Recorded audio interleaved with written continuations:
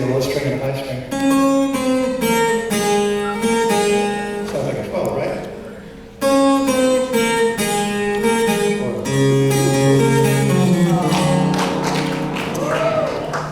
But it's more flexible than a 12 string because you can bend the string line. For those little runs I was doing on Pretty Boy Floyd.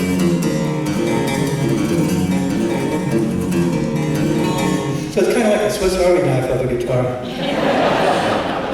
And I had the Martin Company make me one in their custom shops. And it was sitting up in Nazareth, Pennsylvania, in Dick Boak's office. And before Dick had a chance to send it down to me where we lived, a couple other guitar players came in and played and said, hey, I like this, I want one of these too. So we made a couple hundred of them for a run called the Roger McGuinn HD7. And if you get one of these, you'll be able to play this right out of the box.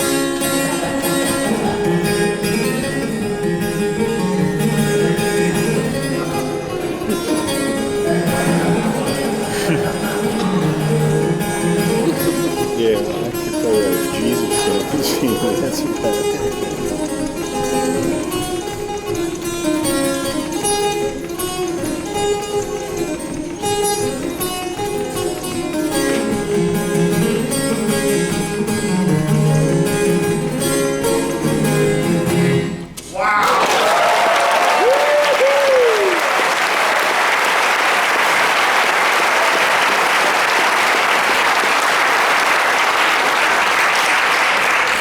Right out of the box. I used to work for Bobby Darin, if you can believe that.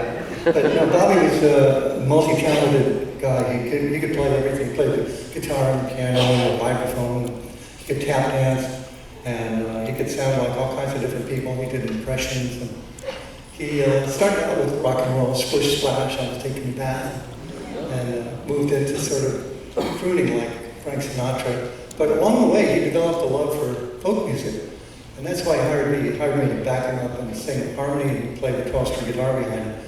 And we did that for about a year and a half until his throat got a little raw, so his doctor told him to take a break. He moved to New York and opened up a publishing company in the Brill Building and hired me as a songwriter, so I moved to New York too. And my job was to go to the Brill Building every day and write songs like the ones out there. And about that time, the Beatles came out, and I heard.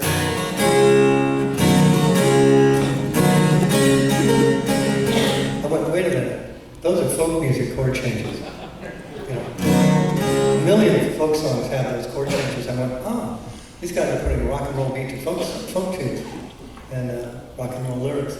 I thought, that's a great idea. It gave me an idea, taking an old folk song. Oh, the water is white.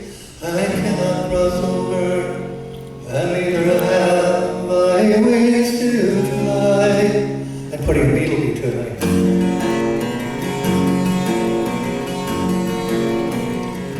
The water is wide, I cannot cross over, and neither have my wings to fly. Give me a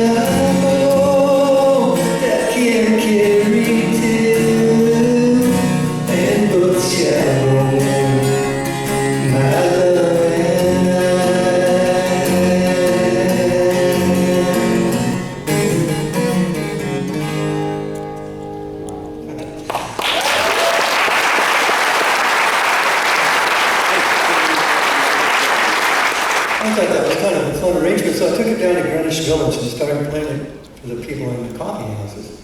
And they didn't like it. But the guy who ran the coffee house loved it. He put a sign outside the door that said, Beatle impersonations. I said, uh-oh, it's time to get out of town. The Gray Line buses are coming around the corner.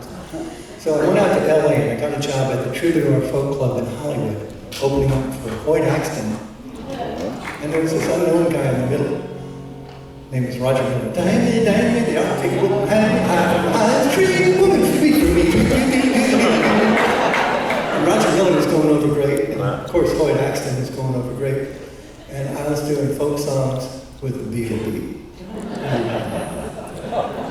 Wasn't working. But Roger Miller took me aside and said, hey, I like what you're doing up there, but you probably do a lot better if you don't get grumpy with the audience.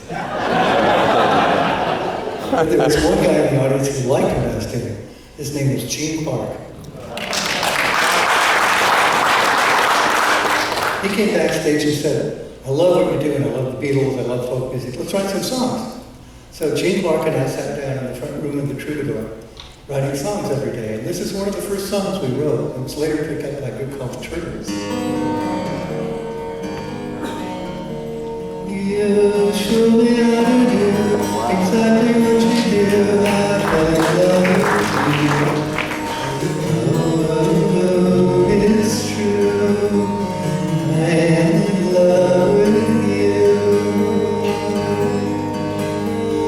You show me how to say exactly what you say, that very special way. Oh, it's true. You're in love with me too.